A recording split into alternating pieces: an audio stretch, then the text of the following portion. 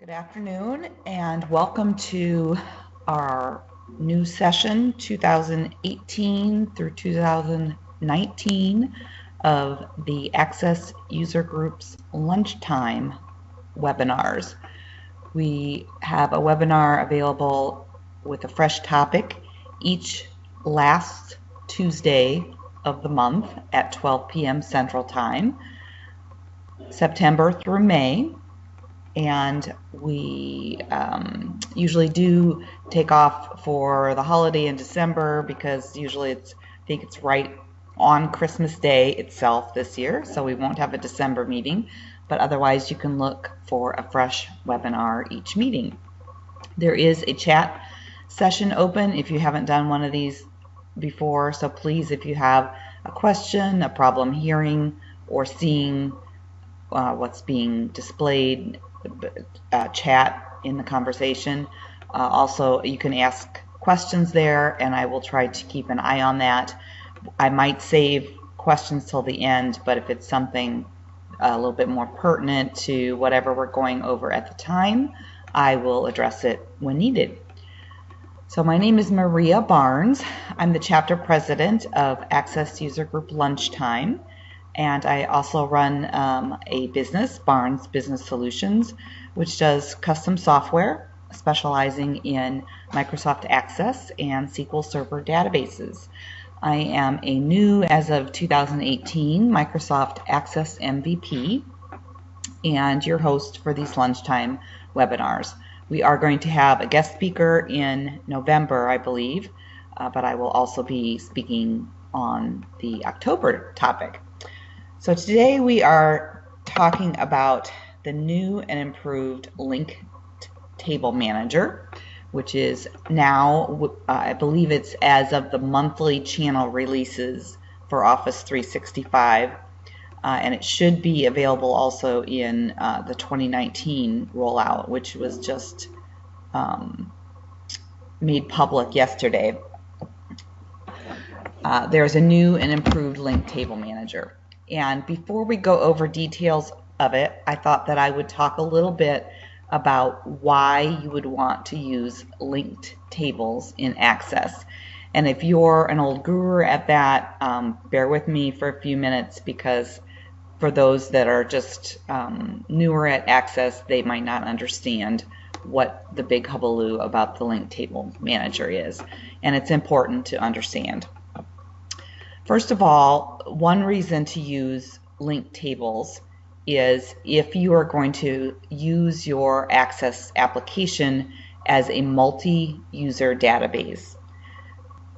Access, as you know, is a file, and you can access that file from multiple users if you put it on a drive that multiple users can access, like a network drive, for example.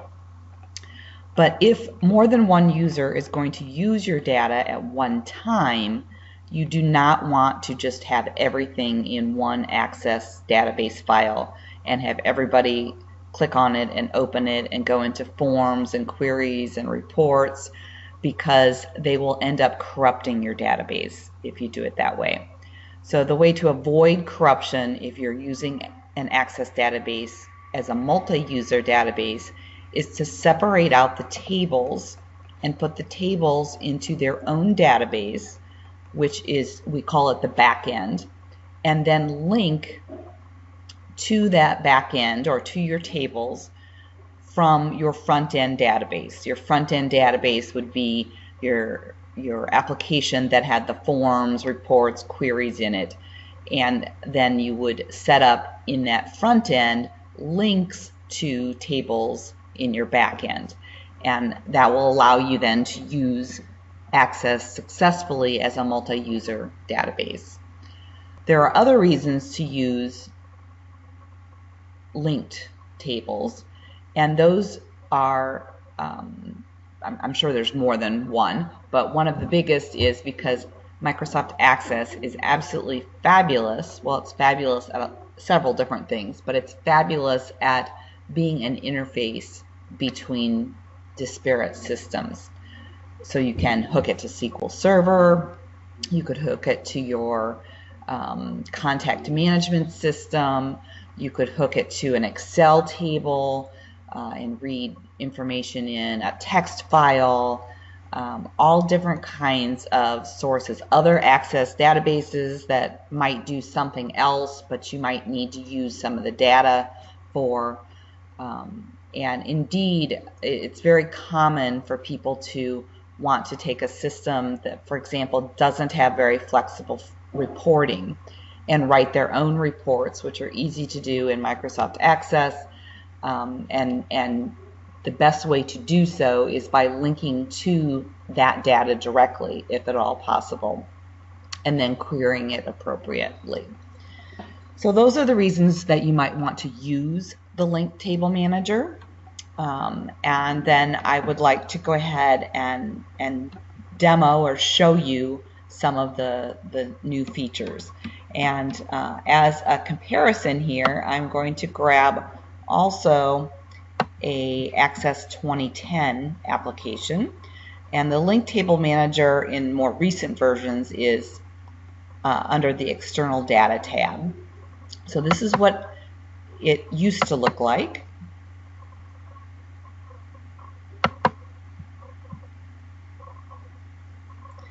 And you can see that in this database sample that I listed, all the tables here that have the arrow here are linked tables. This one here is a local table. It doesn't have the arrow, so it's not a linked table.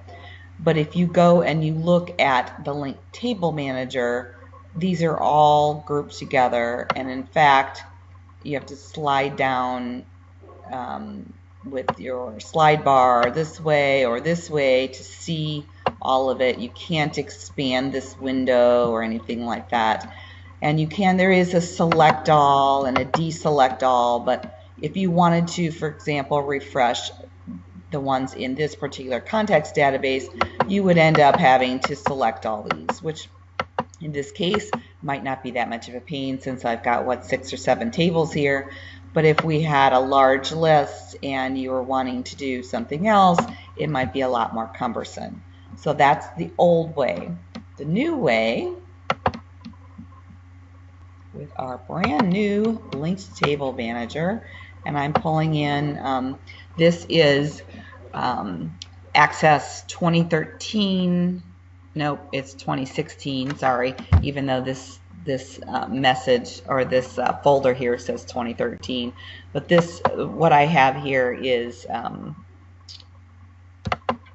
Access 20, well, it's 365, but it's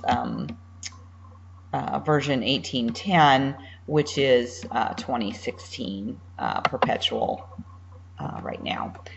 Anyway, so for this one, we've got this is the same database actually, then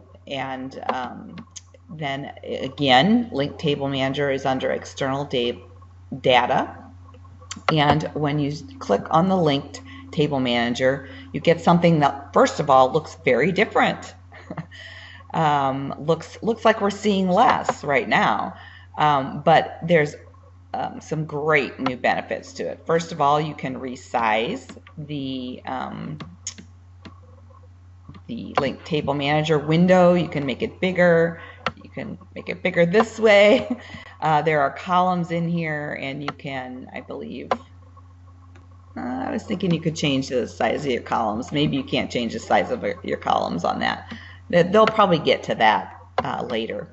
But you can, it actually shows you by default collapsed all of your different data sources. So in this particular case, I have 4 different data sources defined over here, in my linked tables, and I see them each individually. And you can expand them all like that, or collapse them all. You can expand them individually or collapse them individually by, I think it's probably self-explanatory in a lot of ways, but I do want to show you the features. You can also, something you couldn't do from the old one, you can add a linked table directly from the link table manager. I think that's wonderful. I mean, you can still go back if you'd like and use pop-up windows. So if you're going to click around and do something else, you have to either close it with the X or close it with the close button. But you can still go in here and you can create a table with actually, if you're doing a link table, you would probably want to go through this interface and use create a table like this. So you can still do that if you want, but that's the way you had to do it with the old linked table manager. But now you have the great ability to add it right here from the linked table manager itself. Let's see, what else do I want to cover? Data sources are grouped in tree structure. You can expand and collapse all or by source. You can add a new link. Oh, I did want to show that. So when you add, you specify the data source name, and this is the data source name here on this column. And then you can select a type. By definition, they provide SQL, which can be either a direct SQL Server link, a SQL Azure link, or either one of those, an Access data source or an Excel, or you can do a custom data source. And for the custom data source, I actually believe that this sales 2 that I've done here before, add a new one here. I don't even know that I'll go all the way through it here, but if you choose the custom text, then the next thing you get, you want to put your path, which one thing that they haven't done yet is given you a browse source there. You can copy and paste into that path from your directory, for example, though. And then it gives you sample connection strings for the custom. Some examples of the types of things you would want to do if it was text, Dynamics, SharePoint, ODBC driver, that kind of thing. So for example, if I'm going to do a text, I just clear out the rest of those and leave text displayed. And then I'm going to copy in my path, and I want to actually put my file name. I'm going to use sales by flavor 2, I can spell, .text. And if the stars, I believe, are to indicate that this is required, and there's some hints here with the I. If you don't have a valid format here, for example, if you left off the file name, then when you hit finish here, it would give you an error message and tell you something like that you have to be in a file with a specific ending or something like that. So here, once we do that, we get what you are likely familiar with when you're connecting to a text file, where you can select the delimited or fixed width. You can select whether you have headings or not, and what your delimiter is, if it's not a tab, and get a little preview of what's going on in there. You can go to each of the fields and change, the field names by clicking on it. Same thing you've gotten before, in there. And then you can change the name of it to whatever. I've already got this in there, as you can see by this one here. I think I called it sales 2 for a data source, so I'm not going to add this. I'm going to cancel this, but this is in here.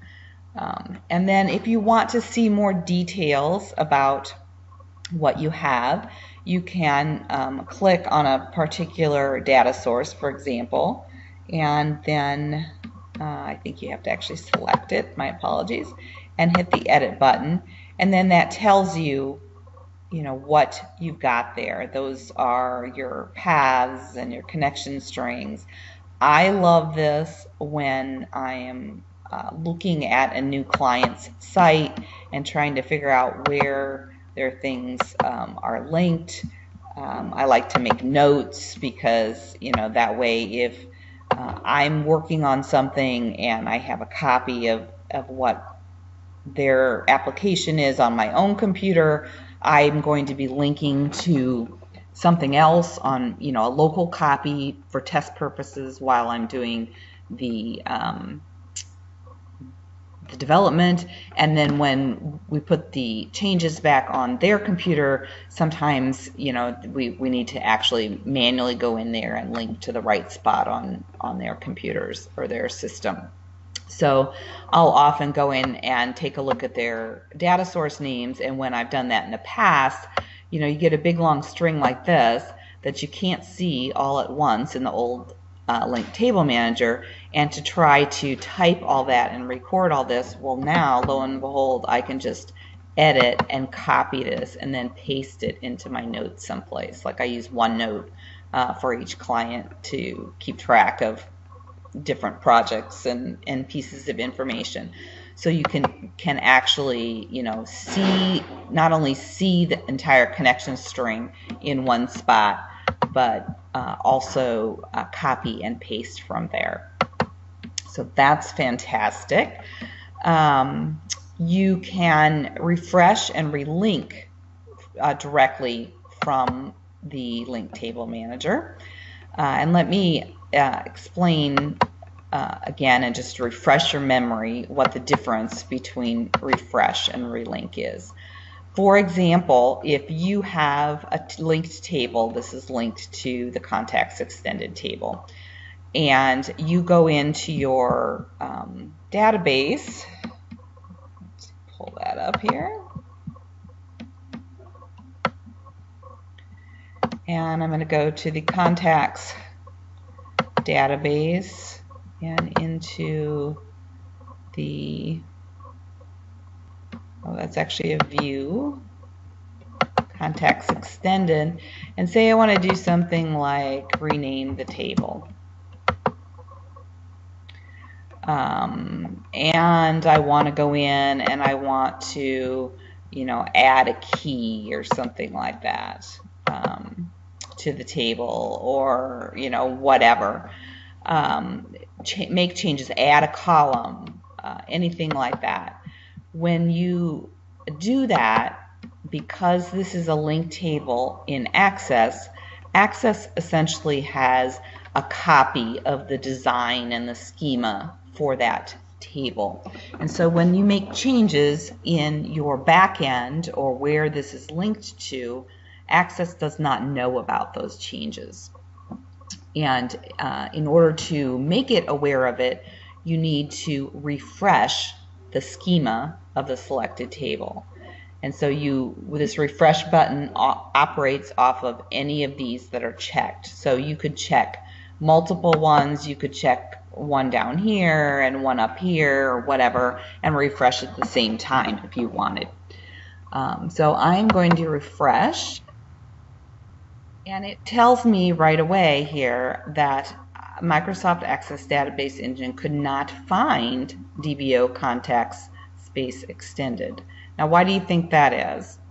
Well, I changed the name of it, right? So I'm going to say OK, and notice that the status here is failed.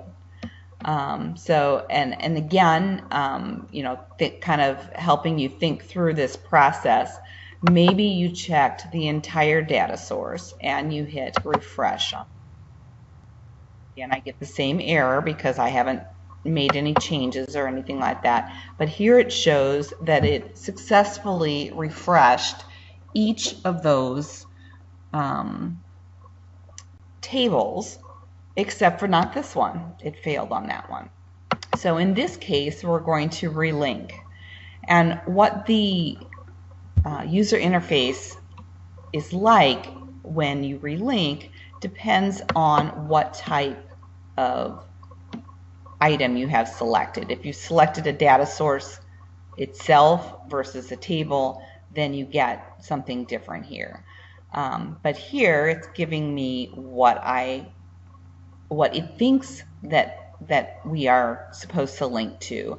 But I know that I just changed the name of this back in my SQL app here to context extended.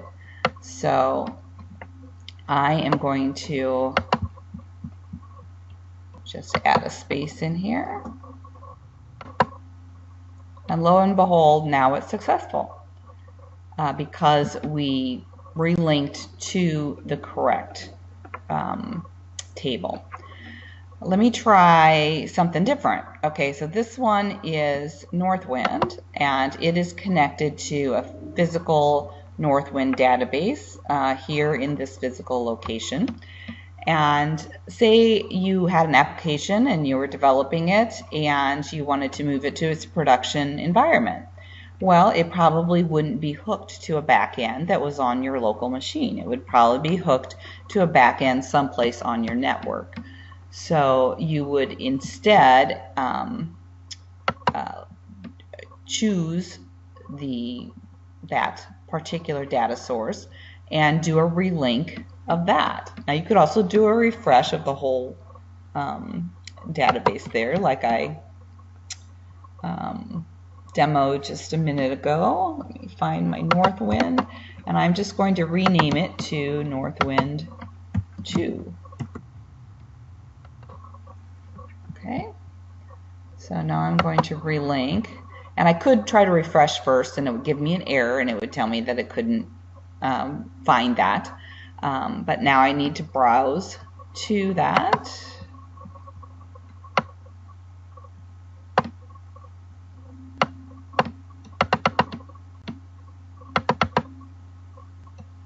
That's Northwind 2. And he wants to know, do I want to relink to the selected tables? And yes, I do. And then it pops up with names for each of those in case I wanted to change it to something else. Typically within Access, I don't change the names. Often in SQL Server, it defaults to the schema underscore the name of the table, and I'll often change those names directly, eliminating the DBO.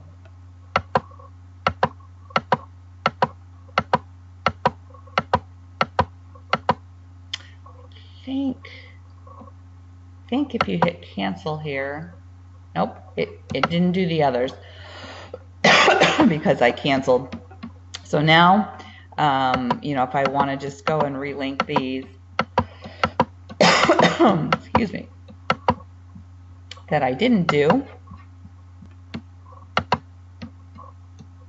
this time it's just popping up with the table name because I already have the other.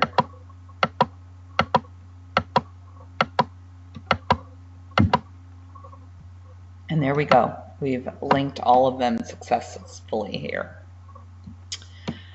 All right, let's see what else we need to cover here. Oops, apologies.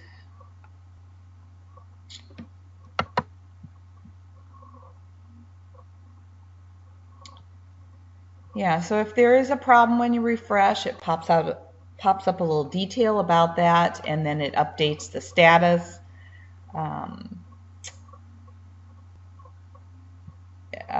Also, if you're doing a new table, let's try that here a second. I believe, let's see if I've got that in here or not. Yes, in my contacts database here, I have another table that I created yesterday called Settings 2. And so I'm going to go ahead and link to that.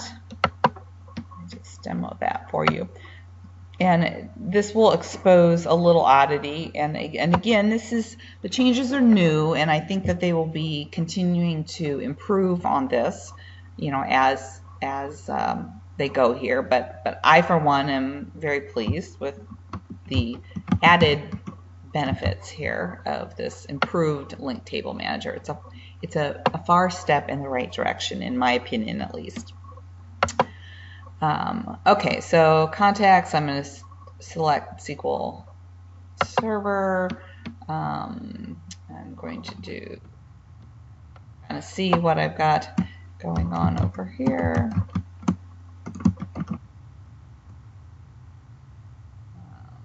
I'm using Windows authentication in this case. I want to also connect to a specific database. And then I get to pick which table I want to link to or add a link to. So I'm going to do this one, settings 2. That's something that I don't already have a link to.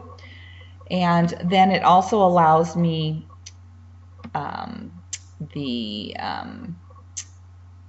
choose the unique record identifier for that table.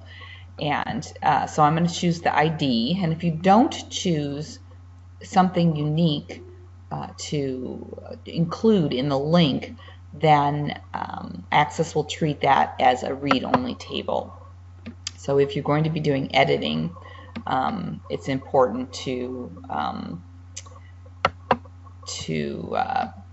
go ahead and select an ID so that you can have an identity reference there and it can connect on it. So I do have a comment from Dan here that that's a lot of rename prompts, one for each table. You just want to change the path. Yeah, I agree. That's something that we need to provide as feedback to Microsoft Access team and have some kind of skip all or instead of cancel, accept default for all or something like that. So I will definitely pass that on. Certainly adding that to user voice is a great way to get some votes for that.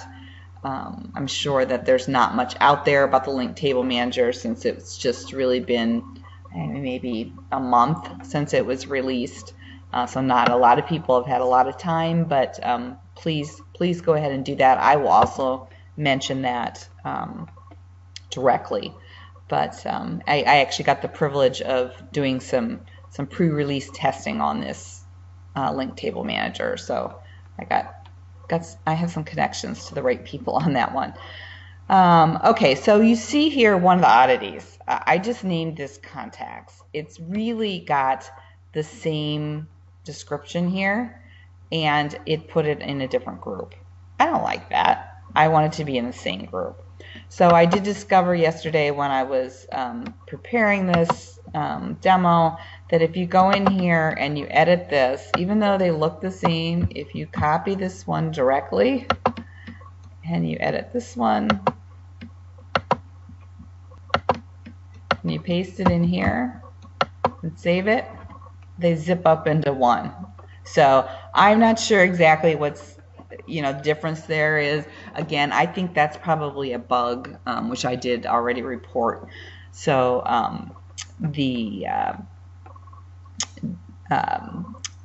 that does fix that and rolls it up so it's in the same group there. I'm seeing some other comments, maybe spacing new lines. I'm not sure what that means in particular. Maybe, Dan, do you mean like in between data sources so that you can, see the groups or something differently? Why is it treated as separate duplicate source? Because, yeah, I don't know. Yeah, that should be fixed, definitely. I did report that. All right, let's see what else here. I would also like to see some kind of browse for the custom. One other thing that I think is not quite right is if you have a brand new database, like open a blank one here.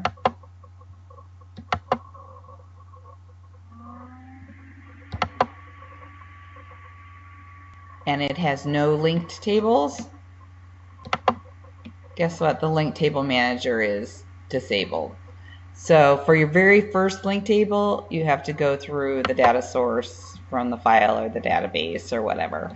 I don't think that's necessary. I think that's something that they just, you know, overlooked in their effort to get this out the door, but there's really no reason why this can't be available on a blank database, because I'm going to add the first one since you can add through that. So let me pull the other one back up.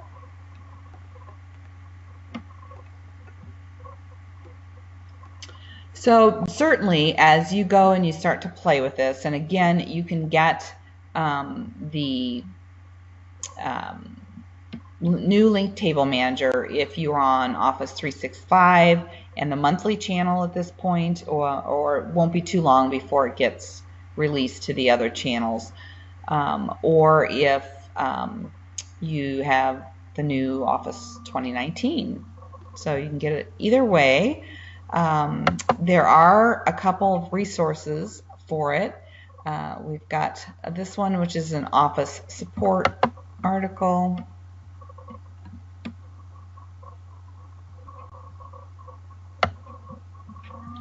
Which tells you quite a bit about how to do things. It gives some instructions about, you know, exactly how to do various things in here. And then I also have, and I will publish this PowerPoint as a PDF in our blog. Also a good reference here to the connection strings reference. It's a website, and you can click on any different type of system, and it will give you some information about, you know, what kind of connection strings to set up for them. So that's another great resource. And yes, so to answer your question, Lucy, at this point, there's no way that I know of to bypass clicking OK from every table from one data source if you are trying to relink the entire data source, which you would want to do if you are, you know,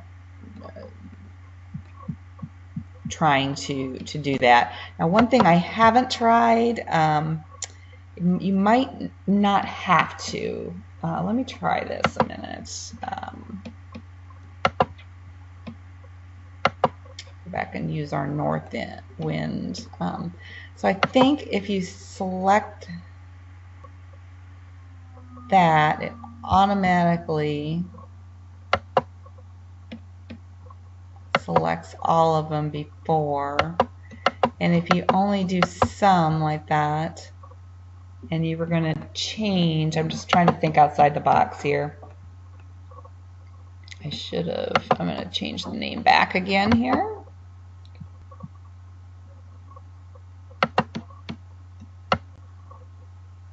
I'm just changing the name of the database back to Northwind. And I'm going to relink. I don't want to do this all. I want to do just like one of them. How about? Okay, I could not file that. It's going to tell me. So there is no way, because I have to do that.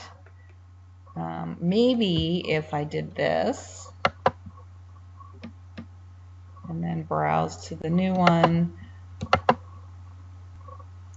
Do you want to relink the tables? I'm going to say no. Look at that. Okay, so I said no, and then it successfully did that. So let's just go back out to test. Let's test and make sure that... Okay, so the answer there to our question is that the it is a one or all when you are doing a relink, in that you hit the relink, and then after you actually link to the correct thing, it prompts you to ask, just get the right one.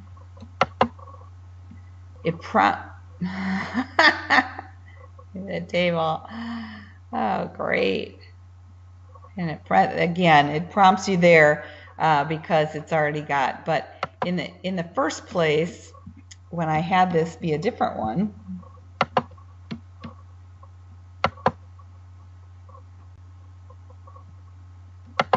rename it back to 2 here.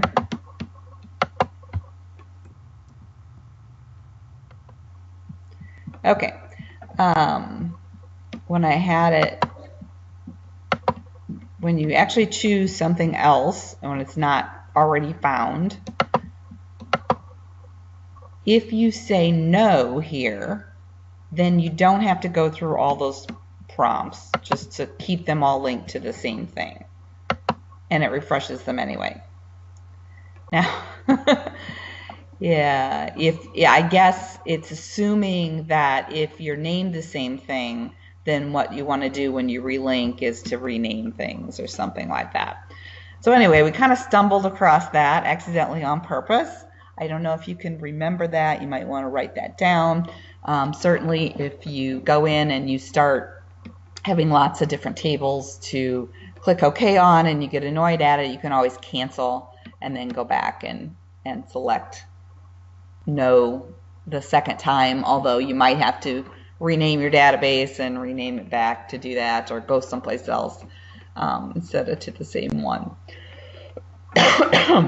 Okay, so at this point we're a little early here. This isn't a huge topic, and I don't have any other material that I need to cover here. So I will just open up the floor to questions. If anybody has any specific questions about linked tables or different types of data sources you can link to or anything like that. So yes. Yeah, and also in the next few days, if you want to respond with other suggestions on the Access User Group Lunchtime blog, let me pull that up a second here.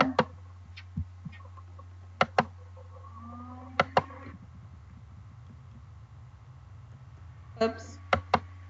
Straight to the... You can get there from the regular users group too.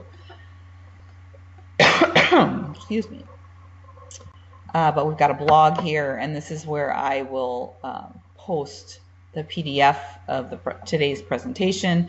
We will also, in the videos here in a couple days, have a video of today in case you have someone else you want to show it to, or just want to go back and look at how we did something differently.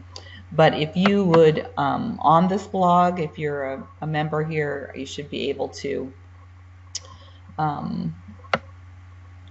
you can add to this.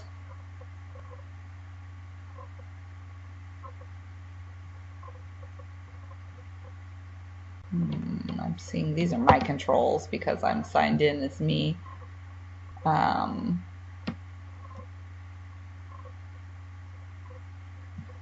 Again, that I'll double check. Lucy, do you know? Can you?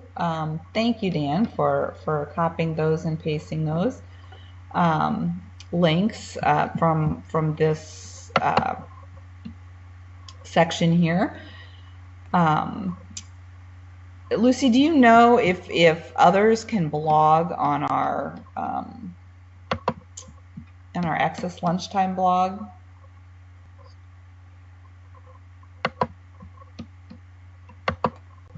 Sorry, getting it up here.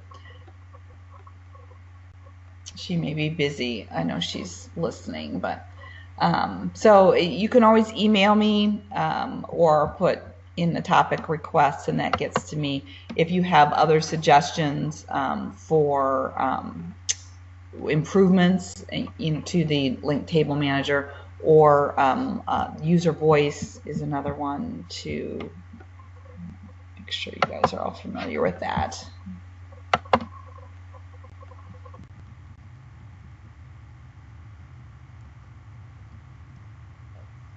Can't type.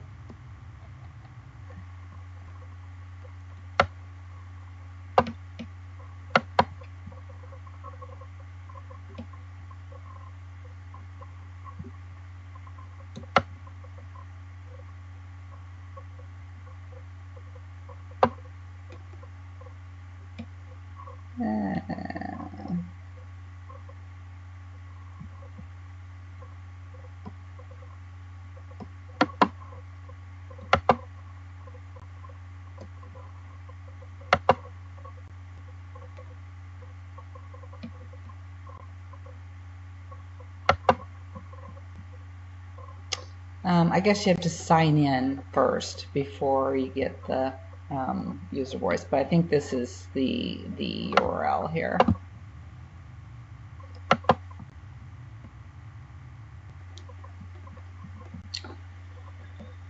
And you can do votes and that kind of thing on that. I don't know why I'm not signed in right now.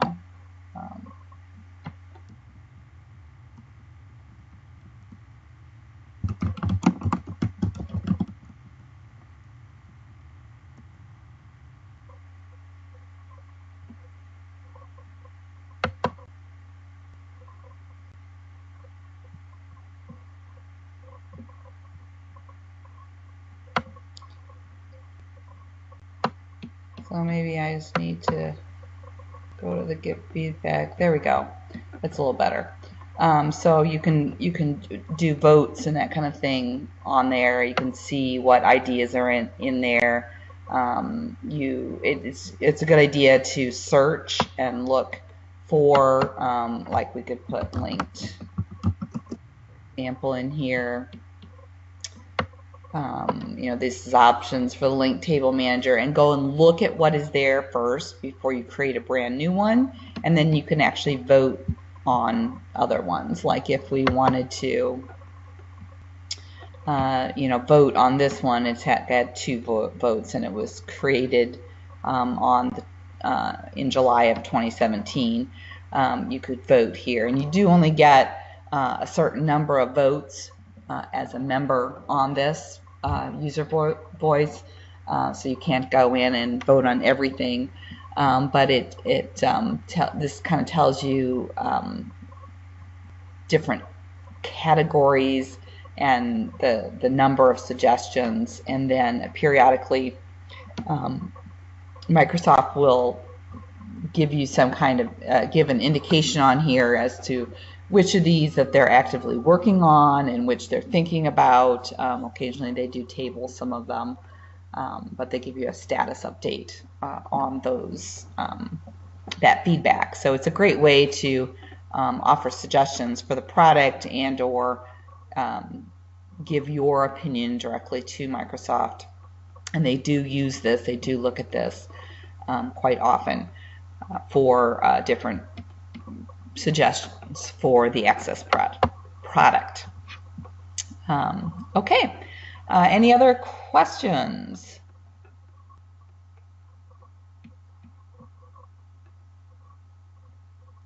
See if I can open people up so they can actually voice it if they want.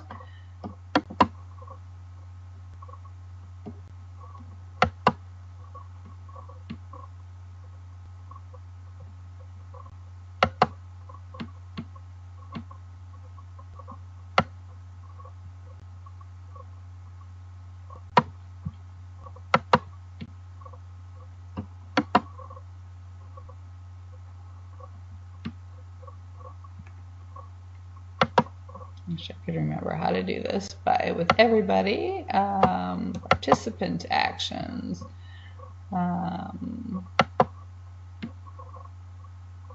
Presenter muted the audience. I'm going to unmute the audience.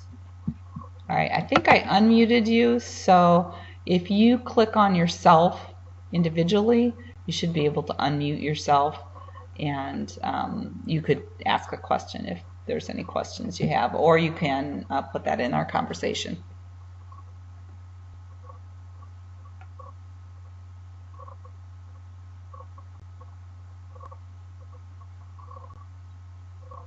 Next month, we are going to be talking about the new charts in Access. So we have modern charts that are now available. Again, this came out about the same time as the link table manager. So I'm going to give some demos on how to use those and some new content options. And then the following month, we are going to have a presentation on remote backend databases, and that will be given by Jack Leach. And that should be very interesting as well. So talking about how to connect to SQL Server and do so in the correct manner, because it's not always straightforward to do so. All right, well, with that in mind, I will go ahead and end the presentation for today a little bit early. And thank you all so much for joining us or for listening in. Thanks. Have a great day, everyone.